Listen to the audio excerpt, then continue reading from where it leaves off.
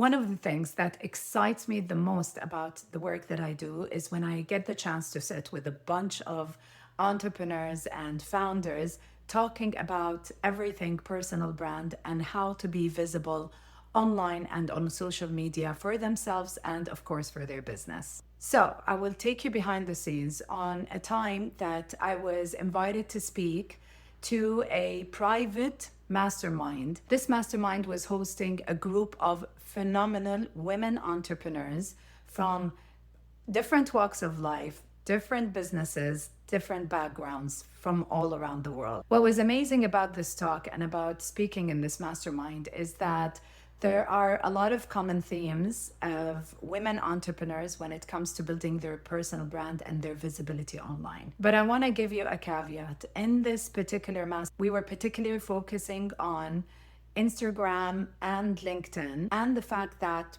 we can build our personal brand even if we choose that most of our online presence on social media is through faceless marketing. So I'm going to show you bits and pieces of what I said in that mastermind. And I hope that some of the things that I've shared will help you either in a new mindset shift or to see your presence on Instagram or on LinkedIn in a different light that makes it easier for you to show up as the phenomenal business owner that you are, and what you can do instead if you decide to do some faceless type of content for yourself and for your business while you're building your personal brand through utilizing social media platforms. I hope you enjoy it.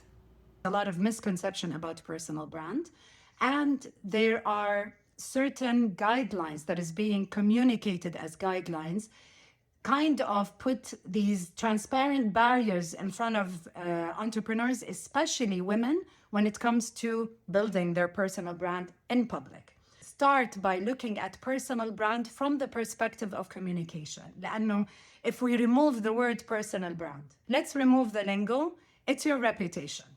And how do you build your reputation? It has to be across all the boards. Your communication is the thing that builds your reputation. It's the way you communicate with your employees. It's the way you communicate with your clients. It's the way you show up in a conference, in a meeting room, in a boardroom, on a panel. It's the way you talk to your customers, your clients. And it's also the way you talk to other stakeholders, whether they are people that you're networking with, so it could be peers, and the way you talk to, for example, investors. If it's really important is that your personal brand, which is your reputation, the whole purpose of it is to build trust. And it's only when there is trust that growth happens. Growth as you as a professional, and of course, growth of your business. Your personal brand is the engine of the train for your business. So without that engine, the train is not going to move forward because it's a purpose-driven business. So founder brand, it is really important to build it in such a way that you are able not only to grow your business, but then you are able to be mentioned in rooms when you are not there, and you will be able to serve the customers that you're trying to serve. Let's talk about how do you communicate. One of the misconceptions is that when we say personal brand or founder brand, it's social media. Your personal brand is built other than in person. It is also built through your email marketing, through your website, through the media, PR, and publicity that you do, through the panels or the events, speaking gigs that you have, through the podcasts that you attend with, and through social media. So the core of it is your messaging, and then your message is then filtered in such a way that it's suitable for the different platforms that you decide to utilize to build your reputation. Because you cannot be just the megaphone about yourself. Building a reputation has to be a two-way communication. So this is very important when it comes to building a personal brand. It's not only what you communicate. So it's not about how many people see you. It's about what do the right people think of you. Until now, we've been conditioned to think that the only way to be as business owners, the only way for us to utilize Instagram to build our personal brand is by going with the old rules. The old rules don't exist anymore. But today, the way that people utilize Instagram and the way Instagram wants people to use it is no more attention driven. Today, it is interest driven. So this is really important. And that is amazing for people who are introverts or also for founders, because content creators' goals are very different from you as a purpose-driven founder. You are not looking for brand deals. You are looking to build your personal brand so that you can talk to the people and build trust with the people who are basically potential to become your customers. Or so the goals that you have to be present on Instagram are very different from social media influencers, which is the liberating part. Your personal brand and the way you build it doesn't work on the same rules. Not at all. And you can still be successful because your success is basically the impact that your personal brand has on your business. Your success is not measured how many followers you have and how many reels do you make a week. Your success is how many people who begin to trust you, start connecting with you in the DMs. You build that trust with it, and then they convert to come to your email list, to come to your website, to book a session with you, to go to the store, to the brick and mortar and buy your stuff. If you're an NGO, to donate. This is your goal.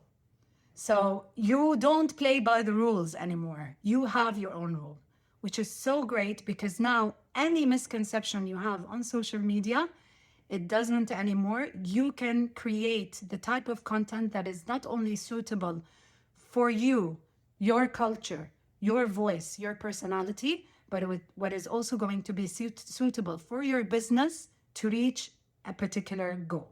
Today, you as a business owner, you have 4 things to think about your content, the goals of your content. The first one is that you need to create content that attracts. And then you need to create content that qualifies, because not everybody who comes and then loves your content, they get attracted by what you're doing. And I'm talking about value of content, not the way it looks. So think any kind of communication. There's one that attracts attention, one that qualifies. So not everybody who comes to my page is qualified to be my customer. One that converts. So that's when, after we build the trust, we need to convert them if they were qualified.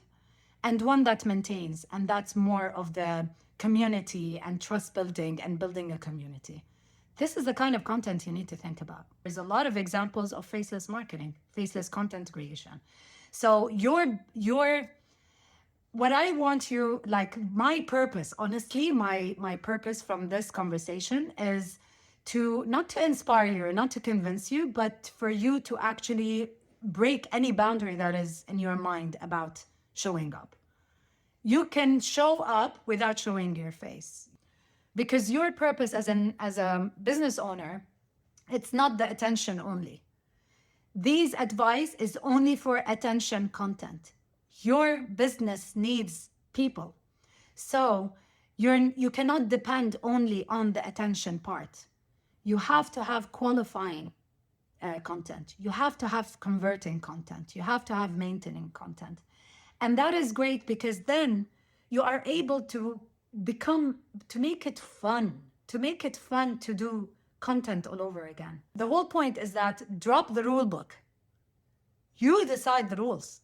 You decide what is culturally appropriate to you.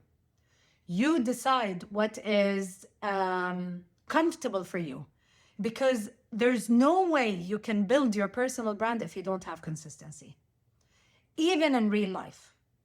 So, today you are business owners, but I want you to go back in time when you were, if you ever had that experience, when you were employees. We had to show up to work. We had to do the work. We had to consistently deliver certain results so that everybody around us, not only our manager, but even our peers, interdepartmental, vouch for our commitment and our delivery and everything. And then we grow.